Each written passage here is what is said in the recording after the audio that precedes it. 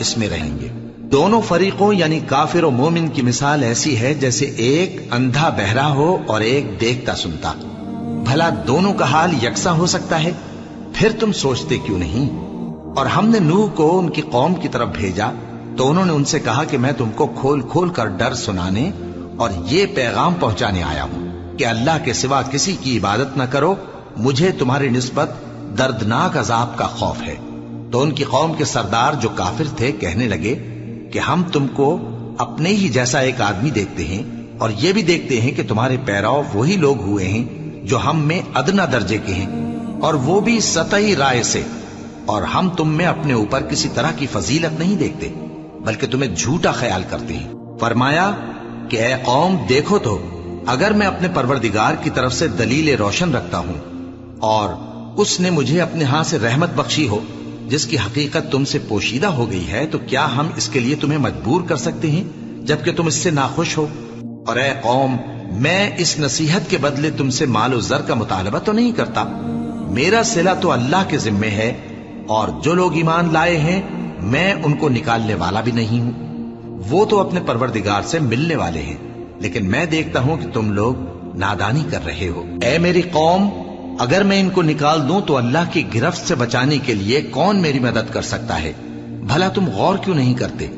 اور میں نہ تم سے یہ کہتا ہوں کہ میرے پاس اللہ کے خزانے ہیں، اور نہ یہ کہ میں غیب جانتا ہوں، اور نہ یہ کہتا ہوں کہ میں فرشتہ ہوں، اور نہ ان لوگوں کی نسبت جن کو تم حقارت کی نظر سے دیکھتے ہو یہ کہتا ہوں کہ اللہ ان کو بھلائی یعنی اعمال کی جزا نہیں دے گا۔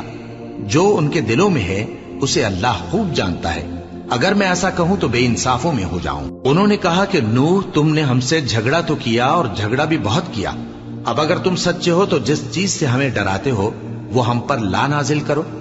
نوح نے کہا کہ اس عذاب کو تو اللہ ہی چاہے گا تو نازل کرے گا، اور تم اللہ کو کسی طرح ہرا نہیں سکتے، اور اگر میں یہ چاہوں کہ تمہاری خیر خواہی کروں اور اللہ یہ چاہے کہ تمہیں گمراہ رہنے دے تو میری خیر خواہی تم کو کچھ فائدہ نہیں دے سکتی، وہی تمہارا پروردگار ہے اور تمہیں اسی کی طرف لوٹ کر جانا ہے۔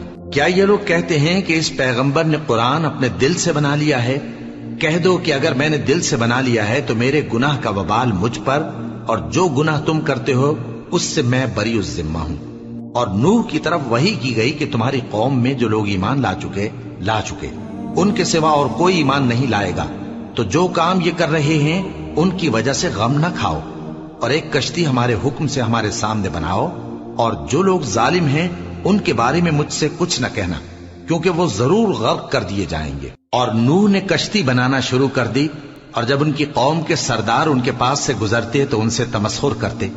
وہ کہتے کہ اگر تم ہم سے تمسخر کرتے ہو تو جس طرح تم ہم سے تمسخر کرتے ہو اسی طرح ایک وقت ہم بھی تم سے تمسخر کریں گے، اور تم کو جلد معلوم ہو جائے گا کہ کس پر عذاب آتا ہے جو اسے رسوا کرے گا، اور کس پر ہمیشہ کا عذاب نازل ہوتا ہے، یہاں تک کہ جب ہمارا حکم آ پہنچا اور تنور جوش مارنے لگا تو ہم نے نوح کو حکم دیا کہ ہر قسم کے پالتو جانوروں میں سے جوڑا جوڑا یعنی ایک ایک نر اور ایک ایک مادہ لے لو، اور جس شخص کی نسبت حکم ہو چکا ہے کہ ہلاک ہو جائے گا اس کو چھوڑ کر اپنے گھر والوں کو اور جو ایمان لایا ہو اس کو کشتی میں سوار کر لو، اور ان کے ساتھ ایمان بہت ہی کم لوگ لائے تھے۔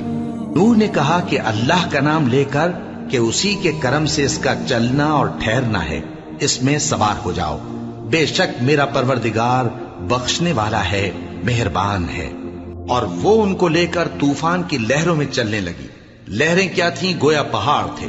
اس وقت نوح نے اپنے بیٹے کو جو کشتی سے الگ تھا پکارا کہ بیٹا ہمارے ساتھ سوار ہو جا اور کافروں میں شامل نہ ہو۔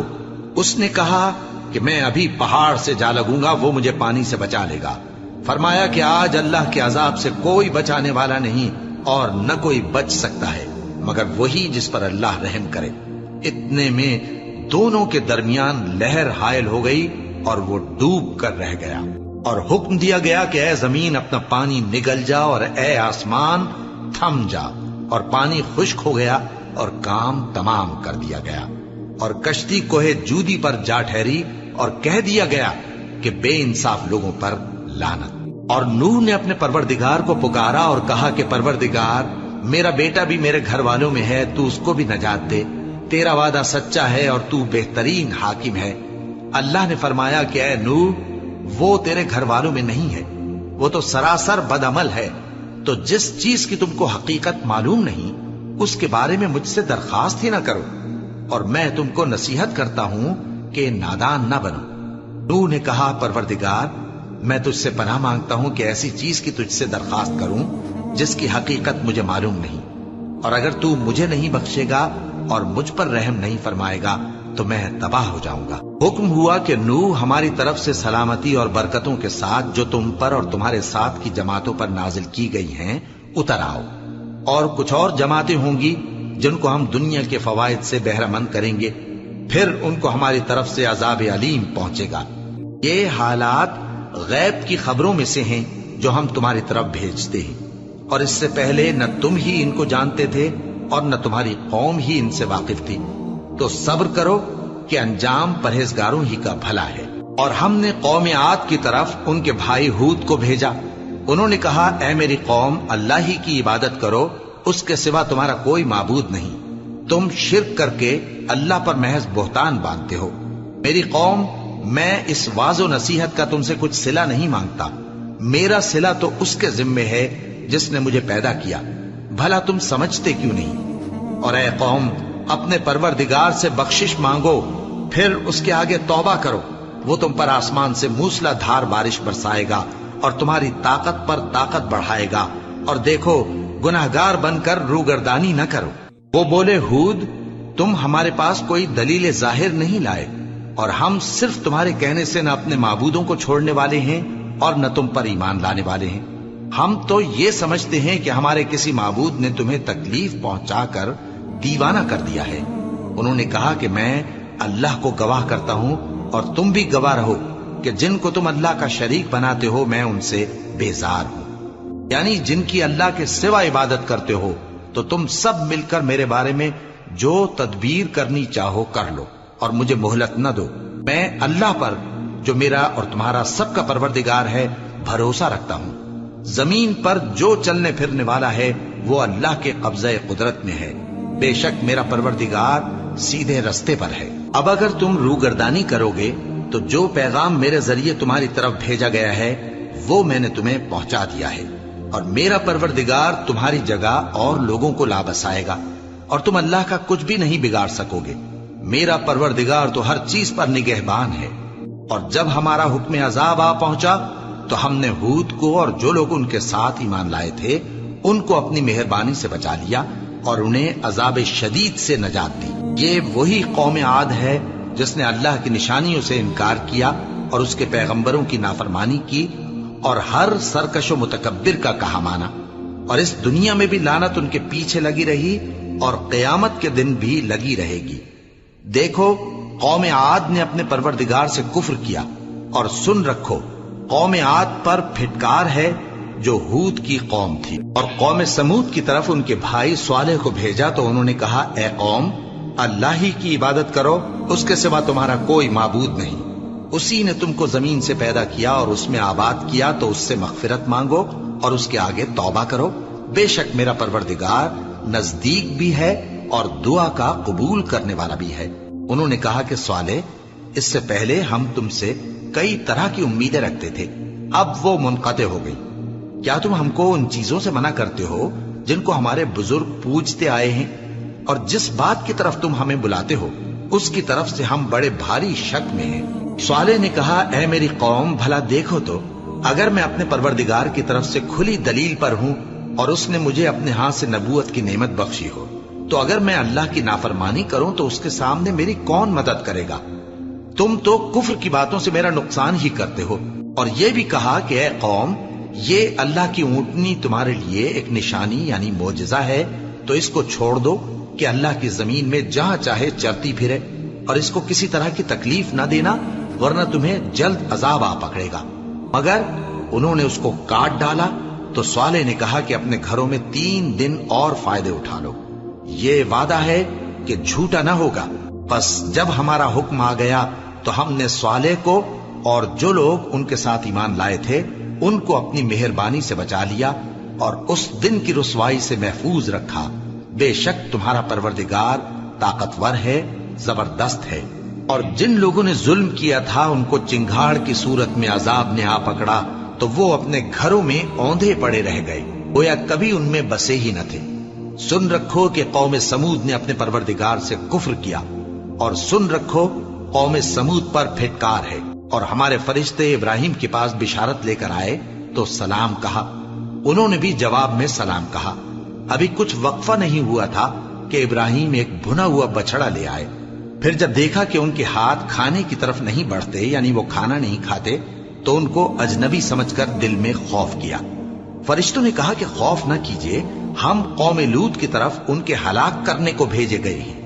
اور ابراہیم کی بیوی جو پاس کھڑی تھی ہنس پڑی، تو ہم نے اس کو اسحاق کی اور اسحاق کے بعد یعقوب کی خوشخبری دی۔ اس نے کہا، اے میرے بچہ ہوگا، میں تو بڑھیا ہوں اور یہ میرے میاں بھی بوڑھے ہیں، یہ تو بڑی عجیب بات ہے۔ انہوں نے کہا، کیا تم اللہ کی قدرت سے تعجب کرتی ہو؟ اے اہل بیت، تم پر اللہ کی رحمت اور اس کی برکتیں ہیں، وہ لائق تعریف ہے، بڑا ہے۔ پھر جب ابراہیم سے خوف جاتا رہا اور ان کو خوشخبری بھی مل گئی تو قوم لوط کے بارے میں لگے ہم سے بحث کرنے۔ بے شک ابراہیم بڑے تحمل والے، نرم دل اور رجوع کرنے والے تھے۔ اے ابراہیم، اس بات کو جانے دو، تمہارے پروردگار کا حکم آ پہنچا ہے اور ان لوگوں پر عذاب آنے والا ہے جو کبھی نہیں ٹلنے کا۔ اور جب ہمارے فرشتے لوط کے پاس آئے تو وہ ان کے آنے سے غمناک اور تنگ دل ہوئے اور کہنے لگے کہ آج کا دن بڑی مشکل کا دن ہے۔ اور لوط کی قوم کے لوگ ان کے پاس بے تحاشا دوڑتے ہوئے آئے، اور یہ لوگ پہلے ہی سے انتہائی بےہودہ حرکتیں کیا کرتے تھے۔ لوط نے کہا کہ اے بھائیو، یہ جو میری قوم کی لڑکیاں ہیں یہ تمہارے لیے جائز اور پاک ہیں، تو اللہ سے ڈرو اور میرے مہمانوں کے بارے میں مجھے بے آبرو نہ کرو۔ کیا تم میں کوئی بھی شائستہ آدمی نہیں؟ وہ بولے، تم کو معلوم ہے کہ تمہاری ان بیٹیوں کی ہمیں کچھ حاجت نہیں، اور جو ہماری غرض ہے اسے تم خوب جانتے ہو۔ لوط نے کہا، اے کاش مجھ میں تمہارے مقابلے کی طاقت ہوتی، یا میں کسی مضبوط قلعے میں پناہ لے لیتا۔ فرشتوں نے کہا، اے لوط، ہم تمہارے پروردگار کے فرشتے ہیں، یہ لوگ ہرگز تم تک نہیں پہنچ سکیں گے، تو کچھ رات رہے سے اپنے گھر والوں کو لے کر چل دو، اور تم میں سے کوئی شخص پیچھے مڑ کر نہ دیکھے، مگر تمہاری بیوی کے جو آفت ان پر پڑنے والی ہے وہی اس پر بھی پڑے گی۔ ان کے عذاب کے وعدے کا وقت صبح ہے، اور کیا صبح کچھ دور ہے؟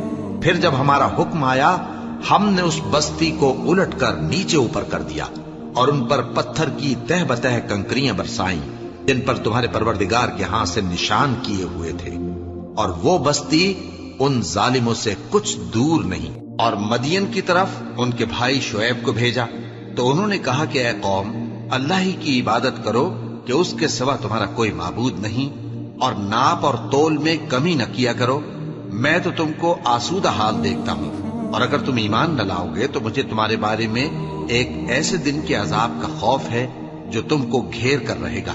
اور اے میری قوم، ناپ اور تول انصاف کے ساتھ پوری پوری کیا کرو، اور لوگوں کو ان کی چیزیں کم نہ دیا کرو، اور زمین میں خرابی کرتے نہ پھرو۔ اگر تم کو میرے کہنے کا یقین ہو تو اللہ کا دیا ہوا نفع ہی تمہارے لیے بہتر ہے، اور میں تمہارا نگہبان نہیں ہوں۔ انہوں نے کہا، اے شعیب، کیا تمہاری نماز تمہیں یہ سکھاتی ہے کہ جن کو ہمارے باپ دادا پوجتے آئے ہیں ہم ان کو ترک کر دیں، یا اپنے مال میں تصرف کرنا چاہیں تو نہ کریں؟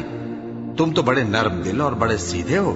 انہوں نے کہا کہ اے قوم، دیکھو تو، اگر میں اپنے پروردگار کی طرف سے دلیل روشن پر ہوں اور اس نے اپنے ہاں سے مجھے نیک روزی دی ہو تو کیا میں اپنا فرض ادا نہ کروں؟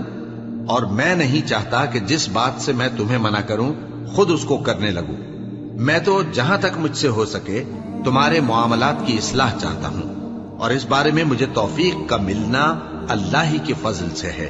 میں اسی پر بھروسہ رکھتا ہوں اور اسی کی طرف رجوع کرتا ہوں۔ اور اے قوم، میری مخالفت تم سے کوئی ایسا کام نہ کرا دے کہ جیسی مصیبت نوح کی قوم یا ہود کی قوم یا صالح کی قوم پر واقع ہوئی تھی ویسی ہی مصیبت تم پر واقع ہو۔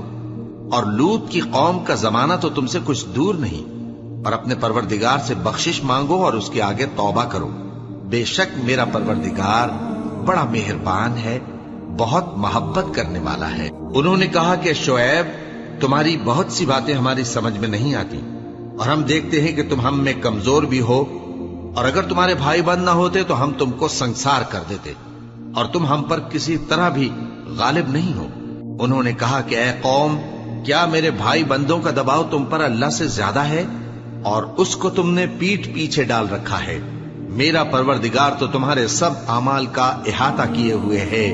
اور اے قوم، تم اپنی جگہ کام کیے جاؤ، میں اپنی جگہ کام کیے جاتا ہوں۔ تم کو ان قریب معلوم ہو جائے گا کہ رسوا کرنے والا عذاب کس پر آتا ہے اور جھوٹا کون ہے۔ اور تم بھی انتظار کرو، میں بھی تمہارے ساتھ انتظار کرتا ہوں۔ اور جب ہمارا حکم آ پہنچا تو ہم نے شعیب کو اور جو لوگ ان کے ساتھ ایمان لائے تھے ان کو تو اپنی رحمت سے بچا لیا، اور جو ظالم تھے ان کو چنگھاڑ نے آ دبوچا، تو وہ اپنے گھروں میں اوندھے پڑے رہ گئے، گویا ان میں کبھی بسے ہی نہ تھے۔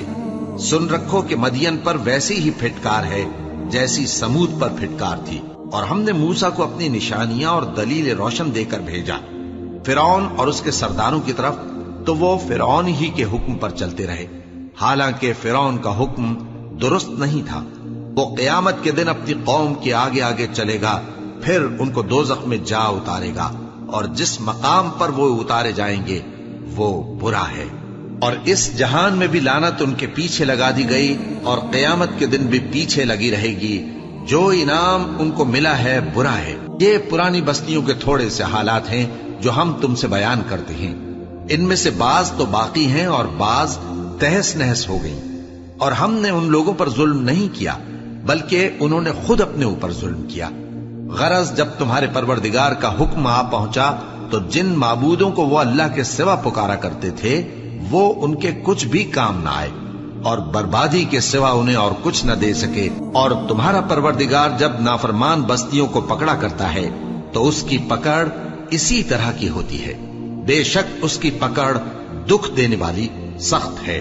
ان قصوں میں اس شخص کے لیے جو عذاب آخرت سے ڈرے عبرت ہے۔ یہ وہ دن ہوگا جس میں سب اکٹھے کیے جائیں گے، اور یہی وہ دن ہوگا جس میں سب اللہ کے روبرو حاضر کیے جائیں گے، اور ہم اس کے لانے میں ایک وقت معین تک تاخیر کر رہے ہیں۔ جس روز وہ آ جائے گا تو کوئی شخص اللہ کے حکم کے بغیر بول بھی نہیں سکے گا۔ پھر ان میں سے کچھ بدبخت ہوں گے اور کچھ نیک بخت۔ تو جو بدبخت ہوں گے وہ دوزخ میں ڈال دیے جائیں گے، اس میں ان کو چلانا اور دھاڑنا ہوگا۔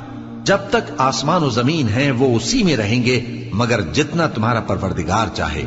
بے شک تمہارا پروردگار جو چاہتا ہے کر دیتا ہے۔ اور جو نیک بخت ہوں گے وہ بہشت میں داخل کیے جائیں گے، اور جب تک آسمان اور زمین ہیں ہمیشہ اسی میں رہیں گے مگر جتنا تمہارا پروردگار چاہے۔ یہ اللہ کی بخشش ہے جو کبھی منقطع نہیں ہوگی۔